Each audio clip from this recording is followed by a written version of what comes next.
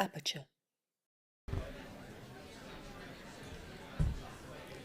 Hello and welcome. Can you hear me?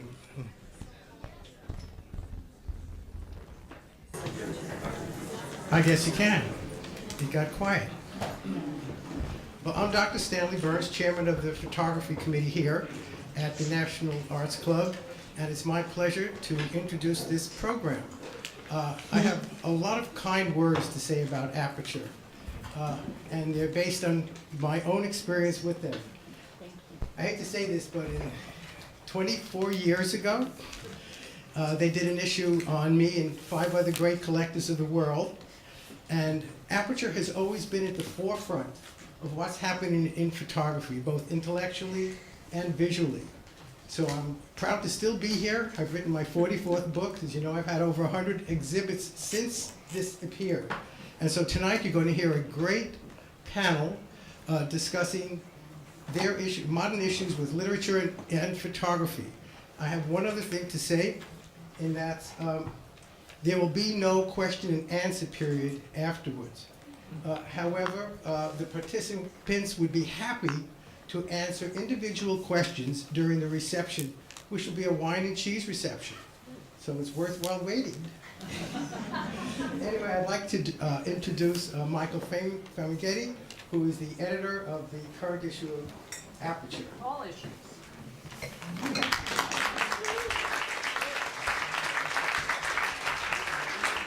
Thank you, Stanley. Good evening, and thanks to everyone for coming out on a cold night. We're really excited to begin the new year with tonight's event, which celebrates the recent release of our Lit issue, which explores some of the ways in which photography and literature are intertwined. I just want to thank the National Arts Club for generously hosting tonight's event, which is part of our ongoing series called Aperture Live, where we invite photographers and writers published in the magazine to speak about their work in person. So I just wanted to give you a little bit of background about how this issue came to be. And we decided to do an issue around issues of photography and literature. It kind of came out of conversation with one of our regular writers, the curator and historian David Campany, who was describing to me about how the photographer Walker Evans had been deeply influenced by 19th century French literature, in particular Flaubert and his approach to realism. And from there, the issue kind of took form, and that topic came to form one of the key contributions to the issue. The issue covers a range of material and also features fiction writers who moonlighted as photographers, including the Japanese novelist Kobo Abe, the French novelist Hervé Guibert, and a more familiar name, William S. Burroughs. Often it seems in fiction, photography appears in many guises, as a plot device, as memento mori, or as something to be regarded with suspicion. For example, Italo Calvino, in his tale The Adventure of a Photographer, which was published in the 1950s, likened the impulse to photograph to a form of madness. And the narrator of Thomas Bernhard's novel Extinction complains in typical Bernhardian fashion, if any of you are Bernhard readers, that photography is this is a quote, photography is a vulgar addiction that is gradually taking hold of the whole of humanity. That might sound like Instagram today. But we also invited a number of contemporary writers to comment on how they grapple with or ignore our culture of images. And these contributors were more generous towards the medium than the 2 examples I just cited, and they pointed out the commonalities between the practices of writing and photography. Writer Lynn Tillman happened to be working on a novel featuring a cultural anthropologist writing a book about photography, a project, she explains, that began in response to our image-saturated culture. In her contribution to the issue, Tillman comments, "People think that writing, especially fiction, has been subsumed, even vanquished by image-making. But fiction is another form of image-making." Tom McCarthy, the British novelist and the author of the celebrated novels Remainder and Sea, noted that the difference between images and words isn't that relevant. Things such as light or ink mark and are recorded on surfaces, and that's an event of writing. But the flip side of all of this talk about writers thinking about images is photographers thinking about writing. In distinct ways we'll hear about tonight, our presenters parse the relationships between text and image, engage with the legacies of specific writers, consider how language can be both read and seen, and visualize how the tactility of books and the paraphernalia of writing can be considered afresh through photography. We'll first hear from Gus Powell, whose project, The Lonely Ones, based on a William Steig book of the same name, is excerpted in our issue. Powell's project will soon be published as a book by J&L Books. Powell is best known for his street photography and for a body of work that was inspired by Frank O'Hara's book, Lunch Poems. That complete series was published as a monograph titled The Company of Strangers and was exhibited as a solo show titled Manhattan Noon at the Museum of the City of New York. Second, we'll hear from Erica Baum. Baum's work has been exhibited internationally, including at the 2012 Sao Paulo Biennial, and will be included in the forthcoming exhibition, Photo Poetics, organized by Jennifer Blessing at the Guggenheim Museum. This winter, Baum will be collaborating with the poet Kim Rosenfeld to develop a broadside for the journal Parallax.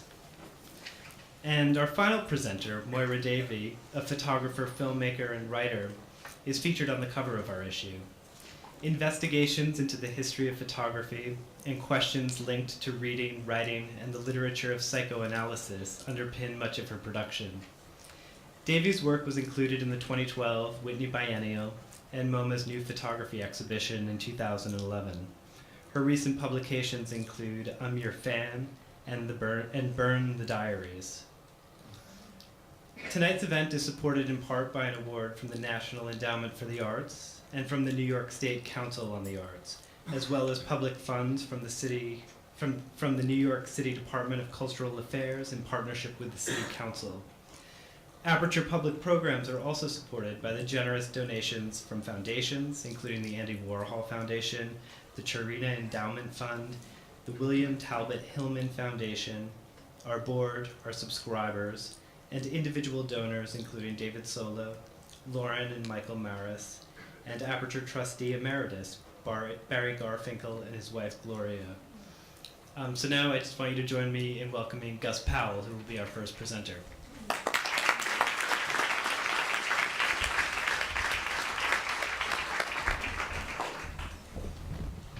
Thank you, Michael, and thank you, Aperture, and also Dr. Burns and the club. It's a pleasure to be here tonight.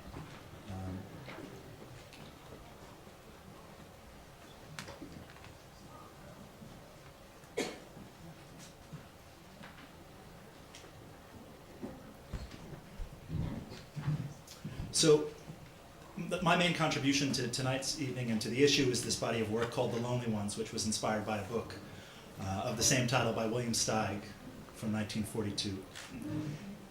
And I'm someone who has always been very much inspired by books, which is kind of a preposterous thing to say because who isn't? But for me, it's not just what's been in the books, it's really been the actual physical object of the book has been something that has always been a part of the work for me and of being inspired. And so before going into The Lonely Ones, I wanted to talk a little bit about an earlier body of work which was called The Company of Strangers. And it too was, at its heart, was inspired by a book. I had been working in Midtown and making street pictures. I had studied with Joel Meyerowitz, and I had really sort of begun this path as someone who made these pictures on the street, but I didn't quite know what I was doing or what form they would take. And then at some point in the mail from a friend from college, Frank O'Hara's book of lunch poems arrived. Many of you might know it or have had it. It's a small book. It's about the size of a passport. The poems themselves are somewhat documentary in nature, but not really. They're really about experiences in Midtown Manhattan. And for me, the book was this instant license for, it was really an instant license for, this is Frank O'Hara, an instant license to sort of step forward and validate the work I was trying to make, and that there's enough to do in this little bit of time on the streets of Manhattan, on my lunch hour, on the way to work. And I keep going back to talking about that small book because it was in my pocket, and it really was something that stayed with me, and it made me think about, it sort of gave me a little bit of steel to know that somebody had done this before, and the actual object sort of had this power for me.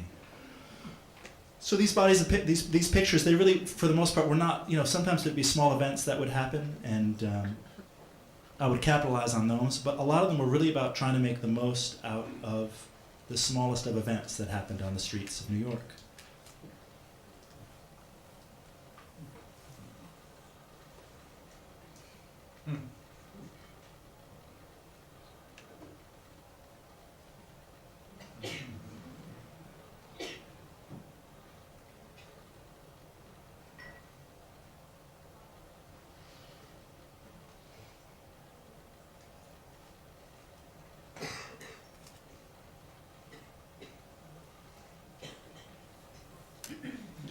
Language wasn't really so much a part of it. All these pictures were titled, and I never wanted the book to be about New York, but it obviously was, because I was there working in this neighborhood making these pictures. This picture was a very early one in the series, and I called it Putti. And for me, it was this moment. You see the Sistine Chapel, you go and you look up, and there's these giant hulking figures, and it's fantastic, but it's ridiculous.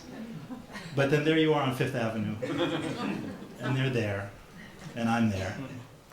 So I made that whole body of work, and it became this book called The Company of Strangers, and there was an exhibition, and I ended up leaving my day job that I had in Midtown and setting out on my path and making pictures editorially and commercially and continuing with a fine art practice.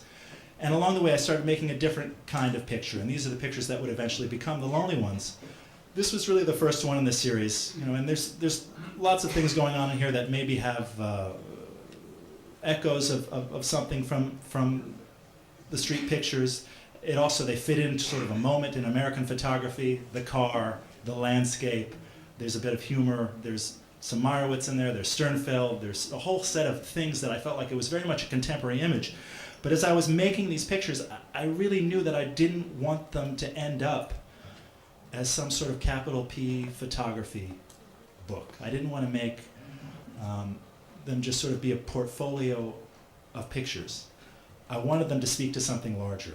That set of pictures from the streets of New York were all about the compression of time and space and just working in a limited pocket that was available to me. These pictures were not about time and space at all. Much more time and space was available to me. I was thinking about things in a different way. I wasn't trying to make things that were descriptive of a place, but really more about feelings. And as I made these, like I say, I'm not someone who begins with a project and then fills it in. I think most people don't necessarily work that way, but I really didn't know. It's really been an ambulatory flaneur practice of going out, finding pictures that spoke to me, making them, and then living with them, and then editing them to try and understand them more.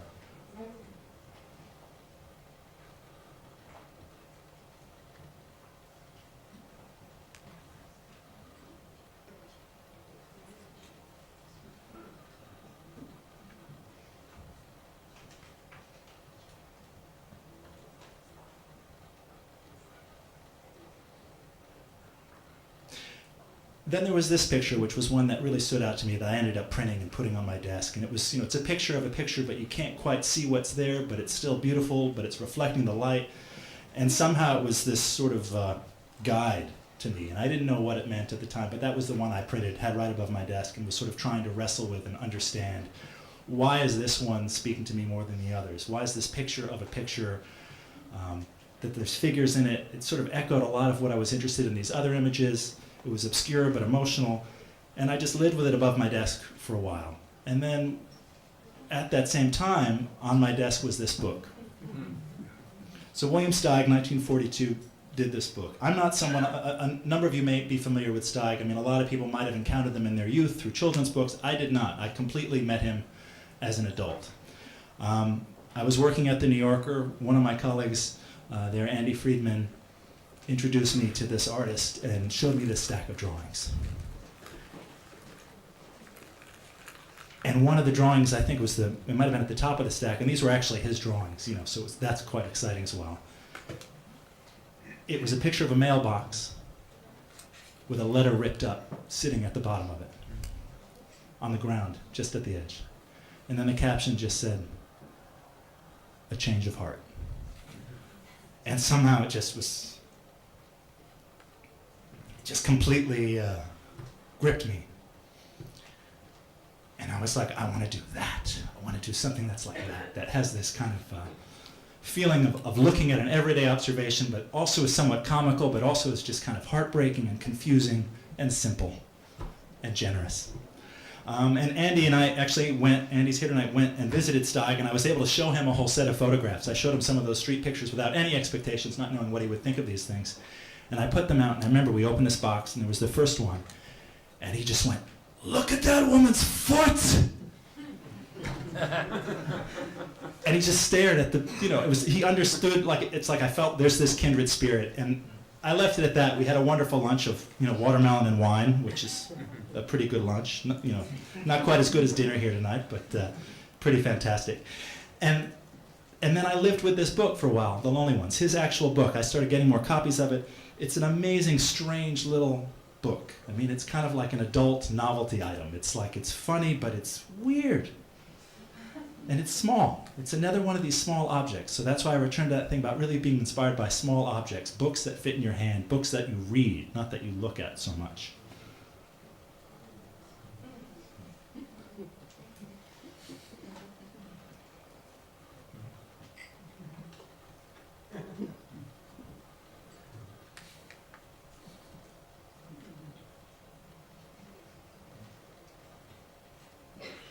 So this is becoming my new passport. It's my new thing. I'm carrying it with me and just thinking about it. And then I'm looking at that picture of that painting on the wall, and I'm trying to figure things out. And then I have this moment of remembering something that a poetry teacher of mine said in college about when you're struggling with something that you're trying to communicate, but you feel it's there, use an existing form that has a set of strict rules. Go into that shape, and because of the limited choices, you're going to have to make some decisions. And at the same time, I was also kind of thinking about cover albums, thinking of, Tony Bennett sings Frank Sinatra. So I decided I'm going to do a cover album of The Lonely Ones. So I took that language, and the first act I did was I actually just literally kept all of his captions in the same sequence, and then put my pictures into a visual order that I thought was compelling, and didn't even pay attention to how they linked with his statements. And I sort of just kept going on it from there. And it's really about this struggle of how to deal with picture and image, trying to find a way to have these two different things work together to make a new thing. Not wanting to have it be just about photography, not wanting them to feel like captions, wanting it to be something different. Sort of one of the early successful versions of it happened when I was asked to submit a body of work for what was going to be only a projected experience. So this is before it became a printed thing.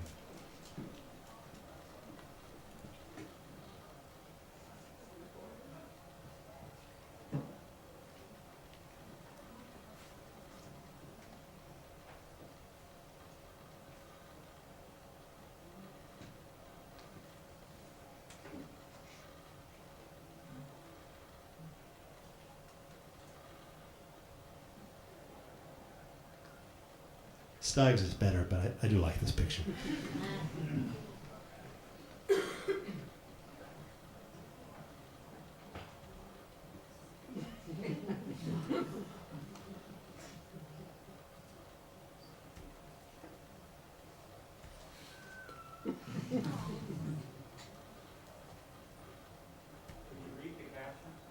I do this on the side.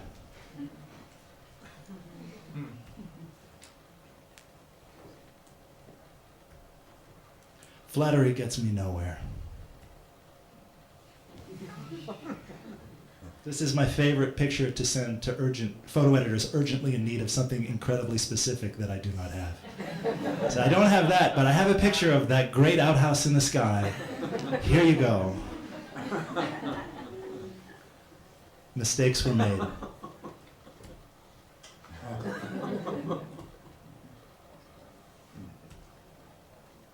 Accept the invitation.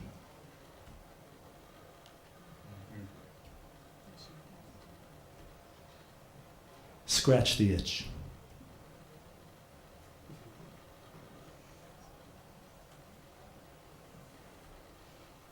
So that kind of, what happened is this ongoing process of trying to figure out how to bring these two elements together, how to wrestle with word and image in a way that I felt was original and that would make it be something different. Along the way, fighting being who I am, too, meaning that I'm not someone who makes messy pictures. I think I try to make very careful photographs. I'm a real photographer. It's really a part of my practice is to go out and see things clearly and bring them back. But at the same time, not wanting it to just be about photography, not wanting it to be about time and space, wanting it to add up to something more. So I went through so many different types of book dummies and tried every imaginable thing, but I just kept going back to Steig's little book. And at some point, another small book entered my life. It didn't have that deep-rooted, heartfelt feeling that I got from Steig's Lonely Ones, but it was this little precious object. It's the kind of thing you would find at a Parisian bookstall for a few euros and you would just snatch up. This is the work of Dufay. It's a small little thing. It's kind of like, I almost think it's like what an app on a phone would be before those existed. It's like a little book you can put in your pocket and it has a bunch of color reproductions.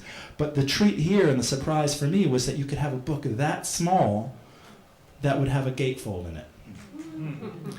And it was another one of these kind of aha moments. It's like, I can make this little thing that's kind of grand but diminutive at the same time. I can also make a delivery system that kind of incorporates certain elements of time and movement the way a slideshow does, and that it stutters, but it's in your hand. And so then off I went, and I made this book be exactly the same size as Steig's, but I incorporated those gatefolds. And the real reason being because of wanting to have a delivery system for language, to wanting to have a way to have these two things coexist where one isn't overrunning the other, but the two go back and forth and flutter back and forth. This will be our secret. So this is the first image in the book. Who's there?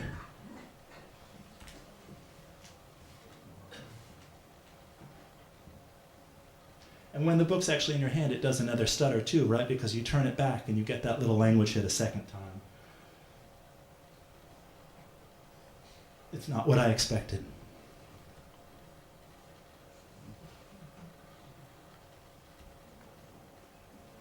I miss you.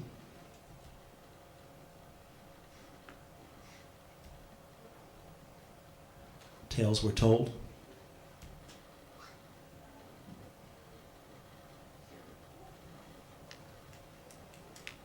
Let's start over.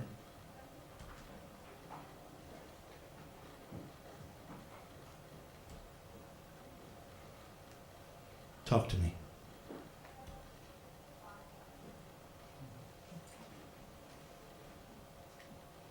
I do this on the side. An oldie but a goodie by now. You've seen it earlier. We're here to make you happy.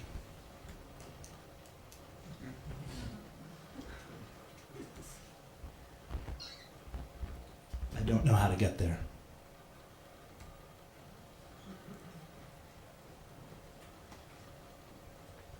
This might hurt.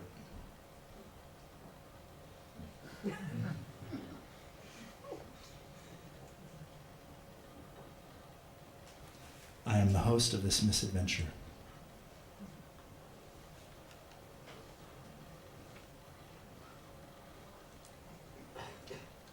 I have a friend.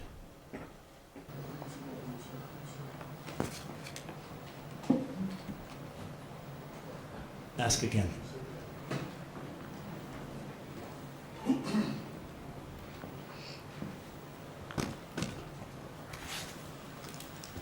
I left a note that explains everything. I'm particularly proud that I'm attempting to make a book that has 2 butterflies in it. And that hopefully my 4-year-olds will be happy as well. We've met before.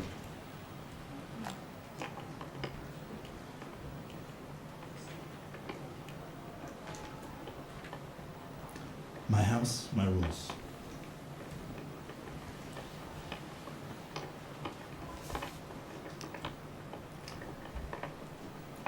Ungrateful bastards.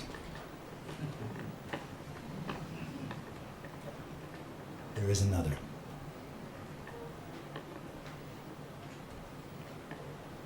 Yes. Thank you very much.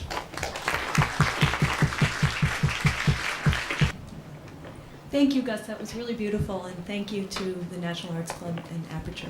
Thanks. What I'm showing you tonight are selections from 3 bodies of work, or really 4 bodies of work, but I'm treating them as 3, that were included in the Lit issue. And so I'm starting with some of the works from one of my earliest projects, card catalogs.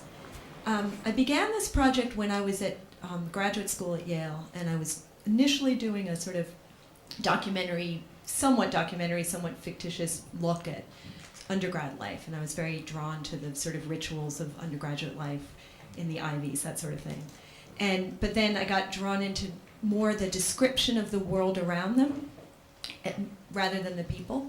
And I took my view camera one day to the library, so that's where we're beginning tonight.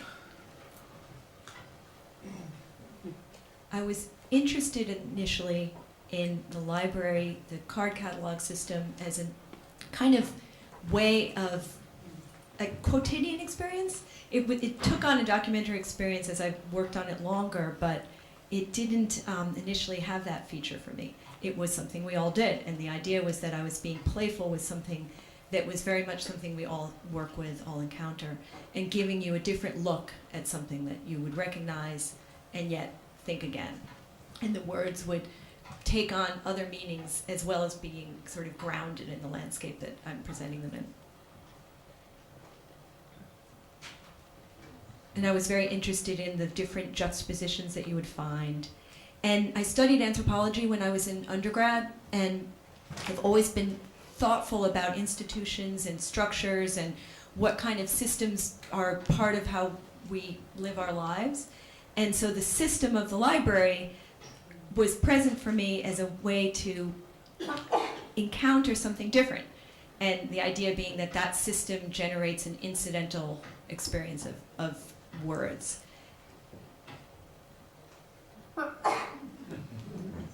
And humor has always been a very important part of my work.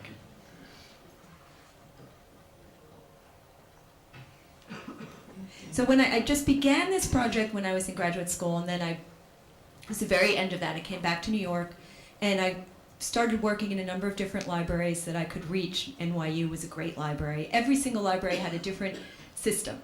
So for NYU, I wrote a letter to the librarian. I got permission to work there for a specific period of time. Then I went to Jersey City, and I went to the public library there. And the librarian was very helpful, very supportive, but they were taking all the card catalogs and decommissioning them and bringing them into the basement. So it was at that point that I started to really realize that this project, which for me had been an everyday thing, I mean, think of a cell phone, something that now is ubiquitous and very everyday. I started to recognize that it was taking on a documentary quality because these things were disappearing as I was photographing them. So there was another dimension to the project.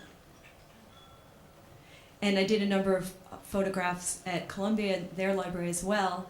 And that was always really funny because I had an alum card because I'd gone to Barnard.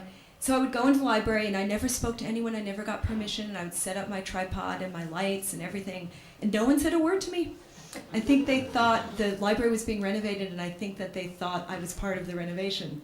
That kind of looked very official. So that was an interesting thing. It's another sort of sub-story to all the experiences I've had in different libraries. This one, this is also Jersey City again, which was a wonderful library because they also had handwritten notes, and that was very interesting to me as well.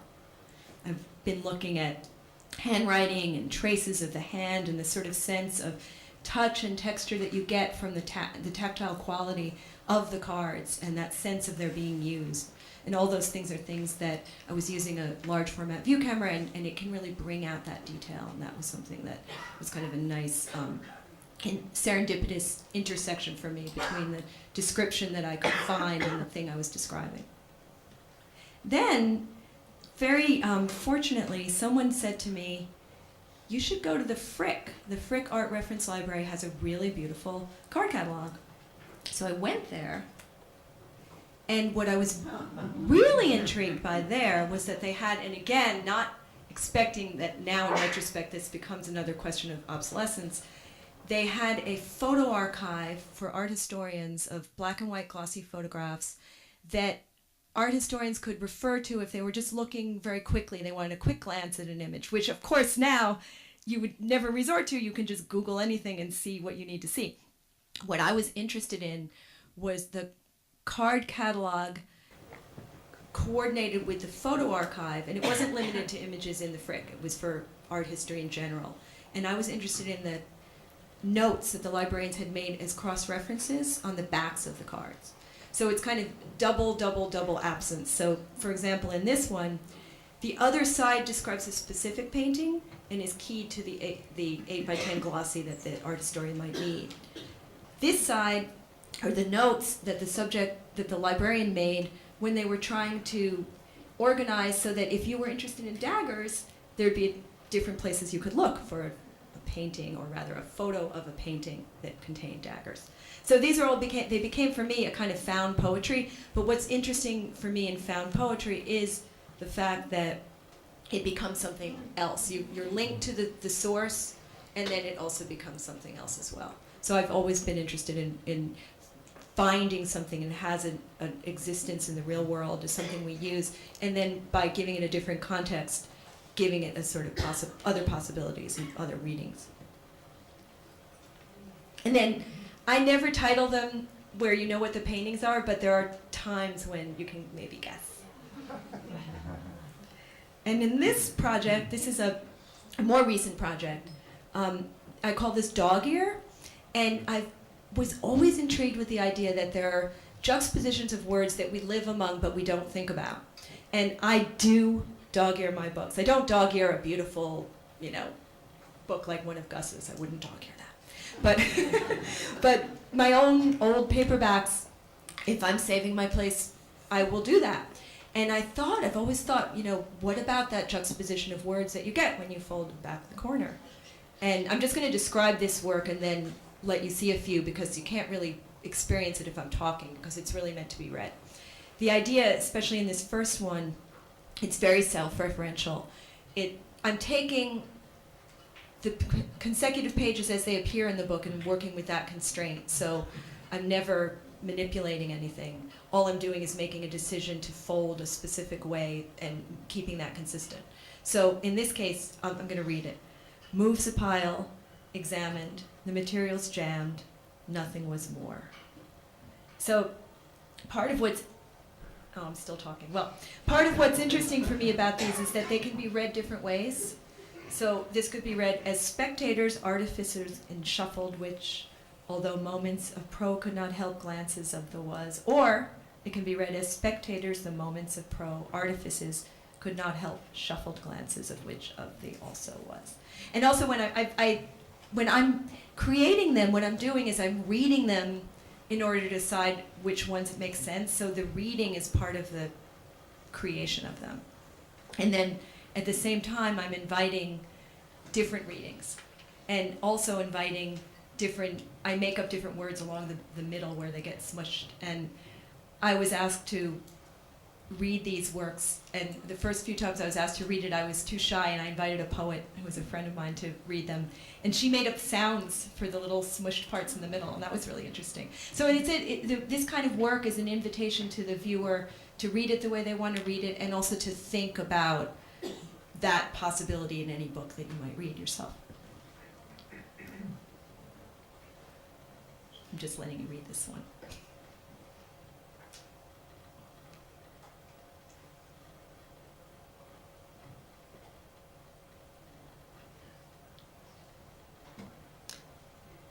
So this one, fishes of the fifth, blind fingers in ballets, which also asking to be the water silo of the flesh, in movement braces, we undines us by echoing pensive.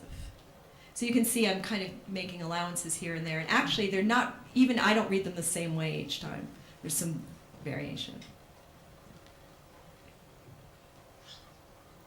This one was interesting. I was invited to collaborate with a woman who had translated works by a Brazilian author, Clarice Lispector, and the book she translated, The Passion According to G.H., there's an encounter where the mouth is very important. So what's interesting for me in this is that I'm not writing these things, I'm finding them, but the kind of way in which I'm finding them, I can't determine what I'll find, but because I'm hunting for it, because I'm searching for it, I can maybe stop at a moment where it seems to be connecting. So in this one, there will be now in my mouth, not to fish. It felt like I was connecting with that text.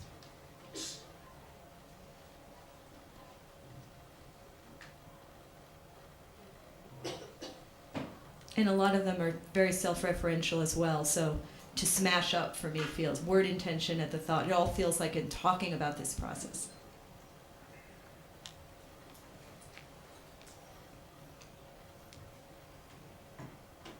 And this is a little bit of a newer direction for me where I'm allowing more blank space in this project.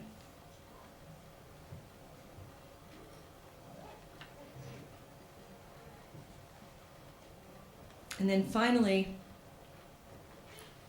from my series The Naked Eye, which is also included in the Lit issue, I started taking photographs of paperback books that had inserts of photographs. So for example, movie tie-ins.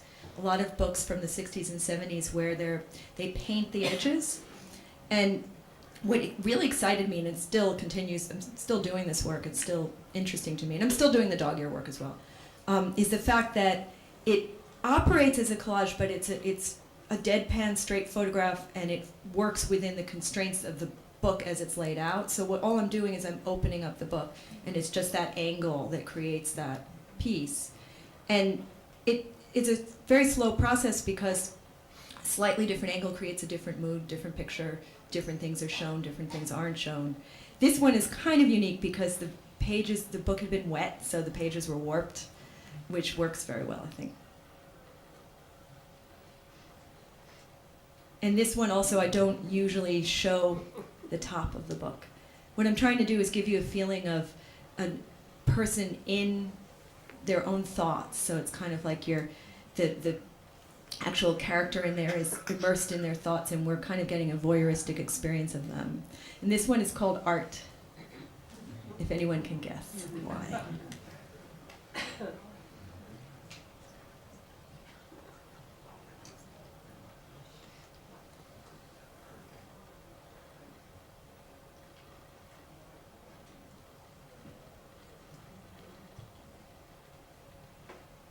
I had started doing another project about UFOs, and I was looking at all these sort of shrill books about UFOs from the 50s, 60s, and 70s, and there was sort of a glut of them at that point.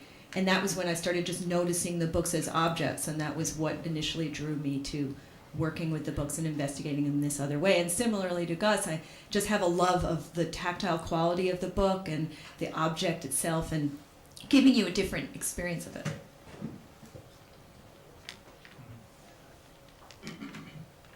With the dog ear pieces, I don't usually know what books they're from, because what I tend to do is make lots and lots and lots of work and then edit it down, and I want to divorce myself from the actual book it comes from. With The Naked Eye, it's a little different because I've photographed the books over and over and over, and there aren't as many that I work with because they just haven't never produced as many of these sort of books. So I kind of often know what books they are, but I don't think that's important for the viewer. Still using a view camera? No.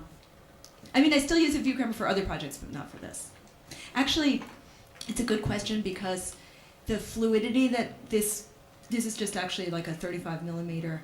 The fluidity of it is really important because I make so many experimental angles and then decide later. So, but it's also interesting too because the process, for me, it's the same, the way of working where I develop film in the darkroom and then print, and that you don't see what you have until you've developed it and made work prints. But this is sort of similar in a way because although it is digital, I don't really arrive at the final image. There's sort of a delay. And I think that the delay that I had initially with darkroom work is something that helps the way I think and work now, because I like to have some separation. It also goes with the flaneur idea as well, starting out with street photography, where I might think I had a great day, and then there isn't anything from that day. So it's sort of like how you feel the moment you're doing it isn't necessarily going to yield the results that you want. So it's helpful for me to have the time lag. And then some of these were near the end of this selection, and some of them are very abstract or fragmented. This is the last one. and it's very it's a book with many, many, many images, and it's just a very flattened perspective, but it gets to the point where you're not even sure really that this is a book. So I find that's interesting too. Hi. First off, thank you, Aperture, for this very, very beautiful publication. I'm super proud and honored to be part of it. So what I'm going to show you tonight are images from a show that I did recently at the Camden Art Centre in London. This is the title of the show, Life Without Sheets of Paper, to be scribbled on is masterpiece. And for every time when you do a show at Camden, you do this little booklet that they call file notes, and it's really fun to work on. I love doing this kind of thing. And so you work with a designer. That's the cover photo is from one of my subway writer photographs that I'll show you more afterwards. And then on the back, they ask you to pick a quote or a couple of quotes that are important to you. So I picked this quote by Fassbinder about stories and about putting yourself in the story and about specificity and about how, just this idea that really fascinates me, that somehow like the more personal you can be, the more honest you can be, the more, the story will speak to other people as well. And then the second quote I chose that's actually the complete sentence by Violette Leduc. And the title is a kind of a derivation from that sentence. But it's also an idea that fascinates me, this idea that, we all love books and we love paper and we love to read and we love to write, but I don't know, I just thought, like recently I asked my 18-year-old son if he'd thought of keeping a diary, and he said to me, I want to live my life, I don't want to narrate it. And I thought, wow, that's really something that the child of artists would say. But I think this Violette Leduc quote speaks a little bit to that ambivalence that we all have to one degree or another. And so this is just the inside of the little pamphlet. It's got video stills and an essay by Bill Horgan about the new video that I had done for the show. It was a kind of a mini survey show with some new work in it. And then the back of the book, they ask you to drop a reading, viewing, and listening list, which is also something that you can just really go to town with if you want. And but I basically limited it to books that were related to works, photographs, and videos that were in the show. But Isa Genskin, like for instance, the only thing she had on the back of her pamphlet were her 3 favorite gay bars in Berlin, New York, and I don't know, Los Angeles. That was it. That was her reading list. So I'll just take you on a quick little tour through this show, and I'll stop on some pieces. I keep looking at the screen because I'm confused here, but let me see if I can figure out what's. Okay, here's the next one. So I hung. These are all photographs that were folded up and mailed to different recipients, and some were collected back from those people, and some were mailed directly to Camden. I started doing this in around 2007, and I've continued. It's a way of working that I enjoy a lot. I've done it in different guises, like this long piece. I'm sorry, I don't have details of it. On the left, it was a collaboration with the writer Lynn Tillman. I read her novel American Genius and made photographs in response to that, and it was her idea to do them as verticals, so that they were kind of like the page that the writer writes on. And I mailed them to her, and then we ended up pairing the photographs with an excerpt from that novel. This piece was from a series that I did. I got access to the Pforzheimer collection at the New York Public Library. It's called Shelley and His Circle, and they have incredible manuscripts and first editions and letters and diaries by Shelley and Mary Wollstonecraft and Keats and that whole circle of writers from the late 18th century and first part of the 19th century. And so I photographed details of, here's a detail. Mary Wollstonecraft's the first edition of her book, letters written during a short residency in Sweden, Norway, and Denmark. First edition of the diary that Percy Bysshe Shelley and Mary Shelley and her stepsister kept when they all kind of escaped to Europe when they were very young, when Mary Shelley was still a teenager. So I did close-up details of a lot of those letters and books and assembled. And I made this piece, and I called it We Are Young and We Are Friends of Time, and it's paired with two early photographs that I made when I was around the same age as Mary Shelley and her stepsister were.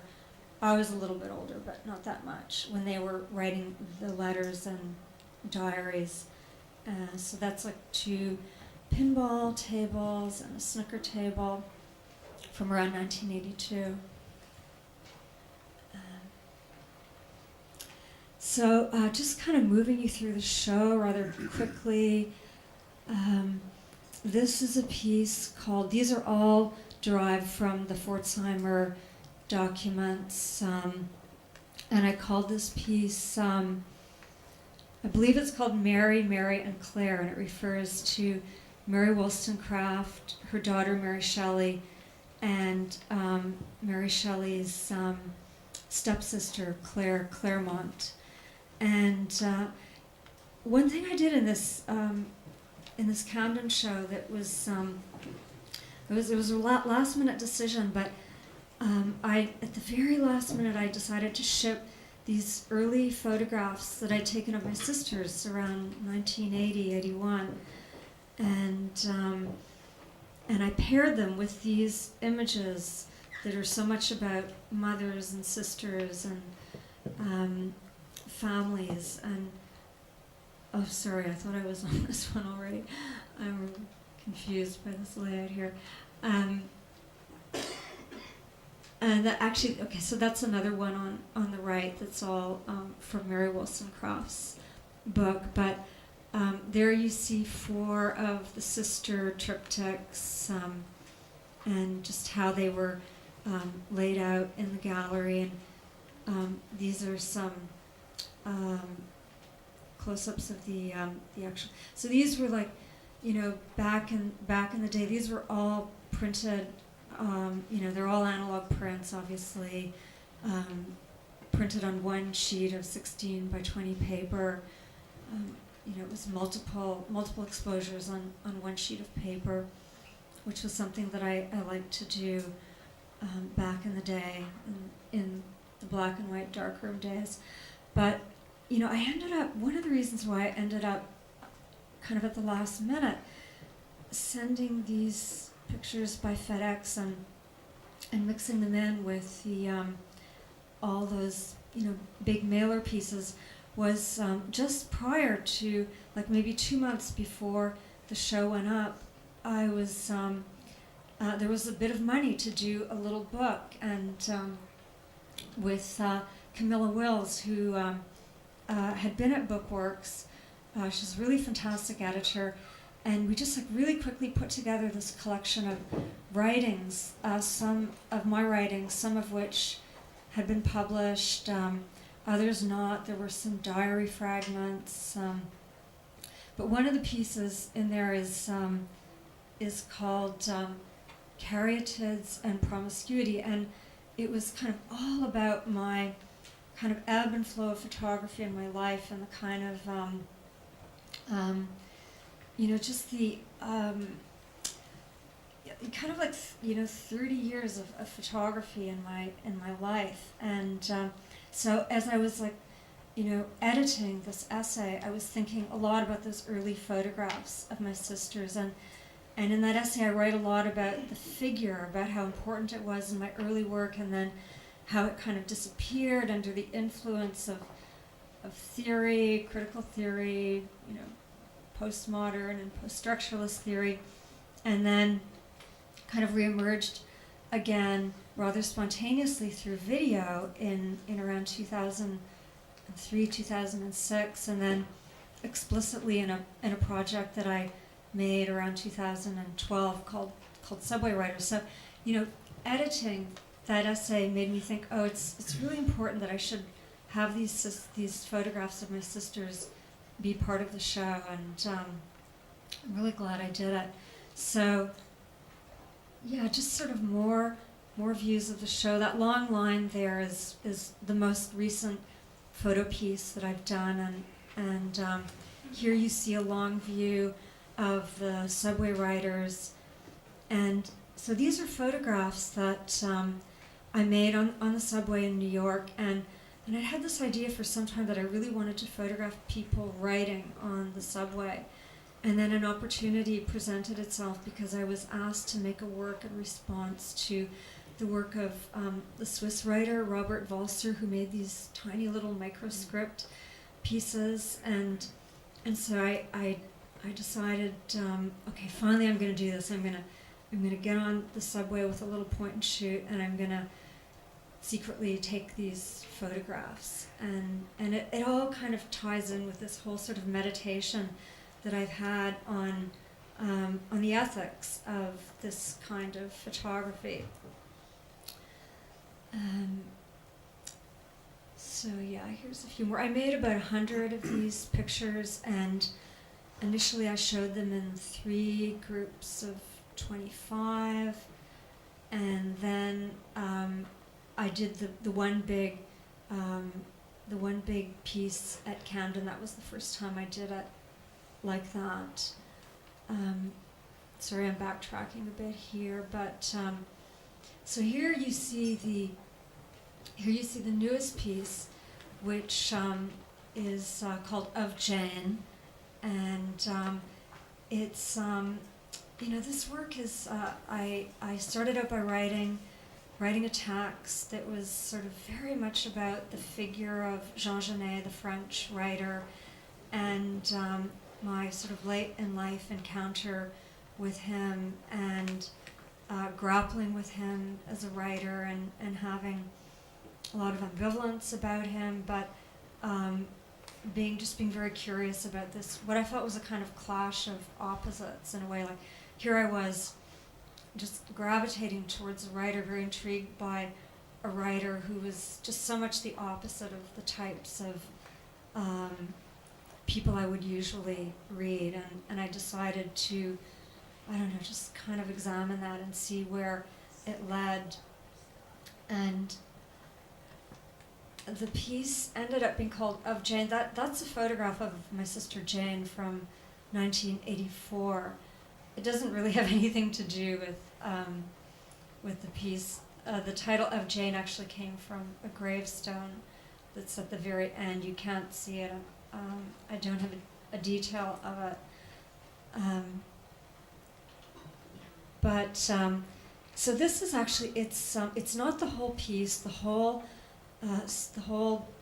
Of Jane was shown initially in Vienna, and this is just a kind of excerpt of it, and I wrapped it around a wall that communicated 2 of the galleries at Camden, and it ended up, well, here, I'll just first show you a few details from that, and this one you'll probably recognize. It's on the cover of Aperture, and it's a book. It's a biography of Genet that was like this big fat paperback that I cut in half to make it easier to read. And I actually do that a lot. And I never thought much about it, but then the editors who did this is the little book that went with the show. It's called Burn the Diaries. And they saw my cut books and they said, oh, you have to photograph them. So they gave me the idea, and I took some pictures of them, and this one was kind of a joke. It was like, like this whole idea that you're cutting up your books and you're kind of, so that you can kind of consume them better, and like this whole idea of cannibalizing your books. So I just sort of, as a joke, kind of laid out these cut up books on a dinner plate, and mailed it to my friend Allison in Paris, who wrote an essay. Each of us have an essay in this book, and we're kind of talking to each other in the essays. I think I'm going over time. But just very quickly, these are some of the images from the book. And here you see the wraparound view and the subway riders in the background. What else? There it is again. I wanted to just quickly show you, I think it's just a couple of minutes of video. It's a video called Les Godesses, and it's very much related to those pictures of my sisters that I showed you. And it's also just kind of ties in the lives of Mary Wollstonecraft and Mary Shelley with the lives of my sisters and my mother. So there are all these, kind of connections that I make. Some of them I'm just kind of pulling together coincidences of dates, like the fact that some of my siblings were basically born 200 years after Mary Wollstonecraft, and they're fabricated coincidences, but nonetheless I sort of use them as a device in the video to kind of pull together these two stories. So let's see if I can get this video to play. Maybe we could dim the lights. Is that possible? Just for the video? Is that possible?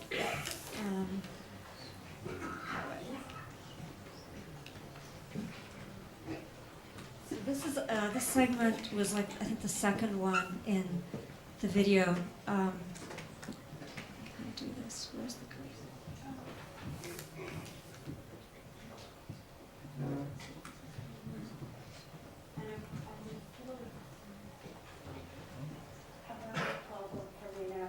The welling up of the wet, the insistent preoccupation with narrating certain aspects of the discredited past, things may never be ready to tell. Previously, I have incited myself to write by beginning with the most pressing thing, but the problem now is that I can't face writing about the wet. I think about giving it a masquerade, or perhaps the wet will simply give way to something else. This document parallels another one written from notes collected in diaries. That one is accompanied by the uneasy feeling of cannibalizing myself.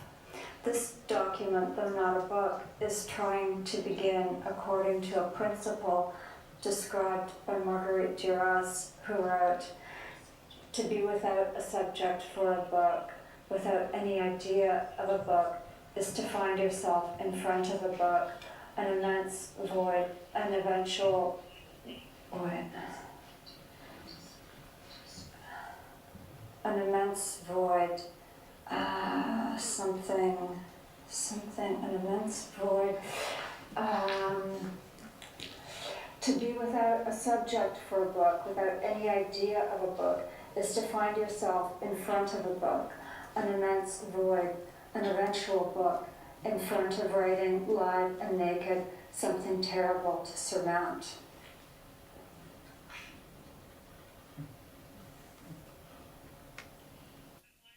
I wanted to try, almost as an experiment, to write both ways, one alongside the other, in tandem, but already I've begun to fold in notes from that other document. Was dress opening her veins? Yes and no. She was also opening the bottle, but she would go at it, writing and drinking for days and nights. She had stamina, as Sontag would say, and she was not afraid of the wet.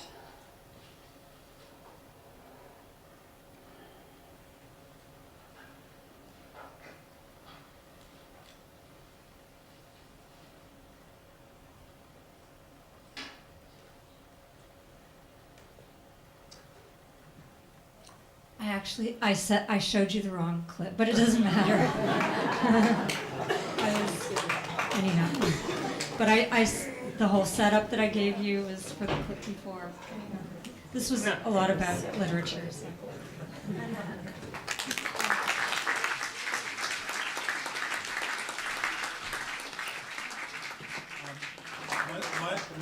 My name's Chris Boot. I'm just going to wrap things up. I'm the executive director of the Aperture Foundation. Thank you, Gus, Moyra. Can you speak into the mic? Thank you, Gus, Erica, and Moyra, for your contributions tonight. Thank you all for coming. Thank you, Michael, for hosting. Thank you, Levon and David Kellner, for setting this all up, to the National Arts Club, to Charlotte Kent for your work on this, as well as Dr. Stanley Burns. As a foundation, we exist to promote interest in a way, maybe the term should be, photography as visual literature. But in any case, the story of photography and the work of the most exciting photographers of today, we've been doing that for 62 years. It falls to me as the director to do the sales pitch. We've distributed copies of the magazine that we're very proud of. We want all of you. We hope all of you will want to be subscribers, even if you're not seriously interested in photography. We'll be proud to have it making a statement on your coffee table. There's a special offer. Details at the back if you haven't got one in the copies at hand. And again, thank you all for coming.